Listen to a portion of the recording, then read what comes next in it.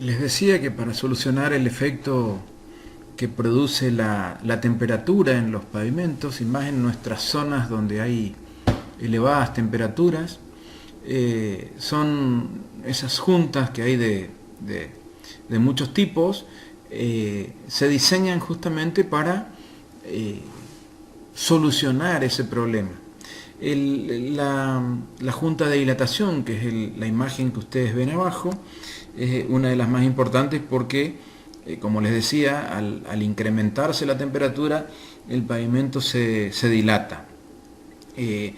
Esto obviamente en el pavimento flexible no hace falta, porque por sí mismo se dilata y se contrae, pero en el hormigón es necesario cada una determinada longitud, como ser 60 o 100 metros, de acuerdo al rango de temperaturas y a los coeficientes de dilatación del material, se hace una junta o se construye una junta de dilatación, que es simplemente cortar, interrumpir ese paño de hormigón.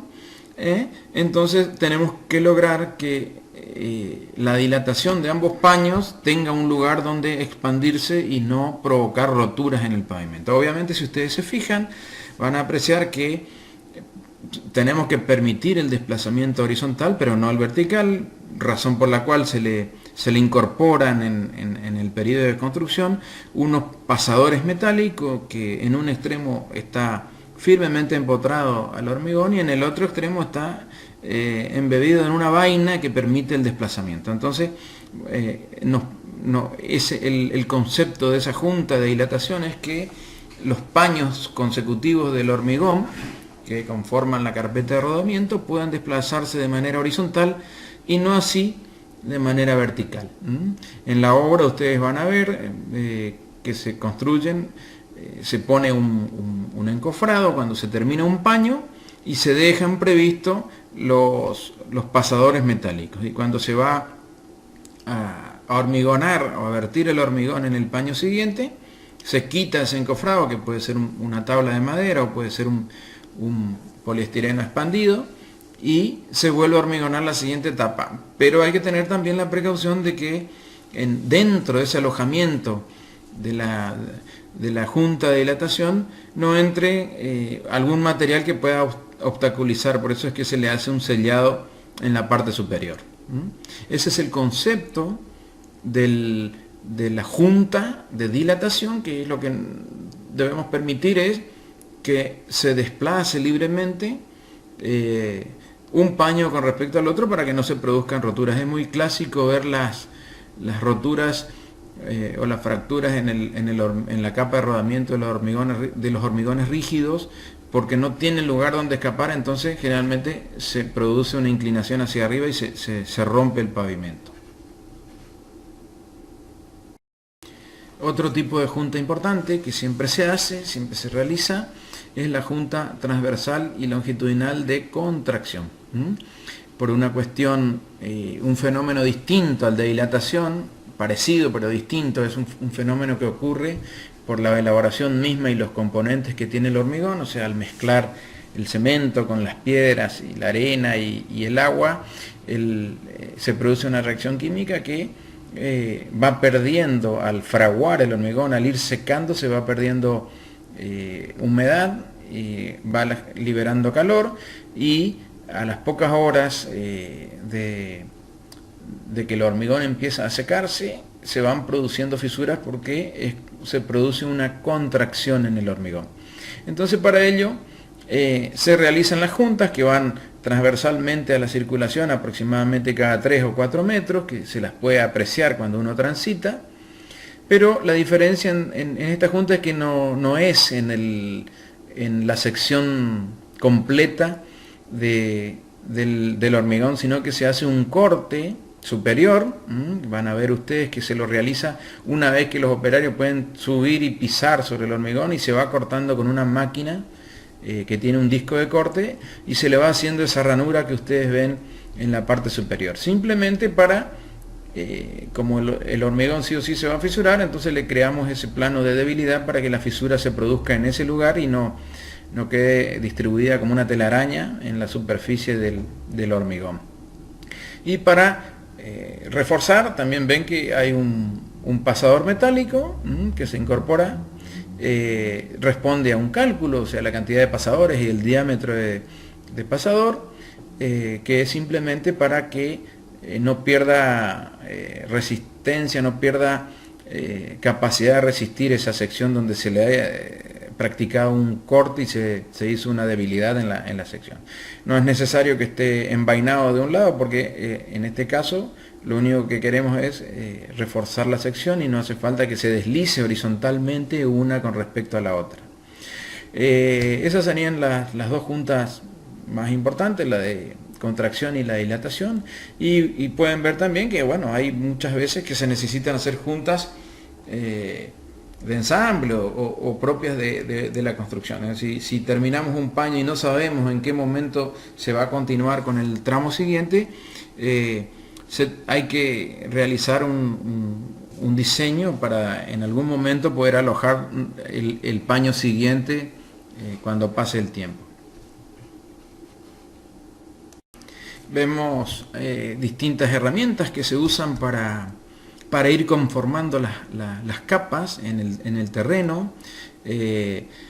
Las capas se diseñan y luego para construirlas necesitamos que tengan algunas características que fueron contempladas en el diseño, por ejemplo la densidad. Entonces es necesario, cuando el diseño lo requiere, preparar adecuadamente ese material, que es una mezcla de suelo, hay veces que requiere que se le agregue cal, para mejorar las condiciones del suelo. En definitiva, se las mezcla y se la va vertiendo sobre la cancha o sobre el lugar que preparamos, la subrasante que preparamos, y ven ahí que hay una motoniveladora desparramando y nivelando, dándole el espesor que requiere el diseño, que requiere el cálculo, para luego dejarla terminada. Hay un factor muy importante que es la humedad que tiene que tener el suelo o el material que preparamos. Alcanza la densidad óptima cuando tiene también un grado de humedad óptimo. Entonces es por eso que ustedes van a ver en la práctica o que se le agrega o que se le quita humedad. Cuando medimos la humedad y está superior a la que necesitamos para que ese suelo tenga la densidad adecuada, hay que quitar la humedad. ¿Cómo? Y exponiéndola, mezclándola, moviéndola. Y al revés, cuando necesitamos incorporar humedad, tenemos que agregarle agua, que es la imagen que pueden apreciar. O sea, transita un camión ahí y le está incorporando humedad a través del agregado de agua a ese suelo que estamos preparando, o a ese material que estamos preparando para que conforme nuestra base o subbase. También es necesario darle la compactación adecuada. No se olviden que las capas forman parte del pavimento, no es solamente la capa superior. Entonces nosotros tenemos que preparar en forma adecuada las distintas capas. Esa capa tiene que tener una compactación adecuada, y eso se realiza mediante rodillos, distintos tipos de rodillos. Pueden ver rodillos metálicos o patas de cabra, pueden ver rodillos neumáticos. Se usan de acuerdo a qué se quiere lograr y a qué tipo de material conforma la capa que estamos tratando.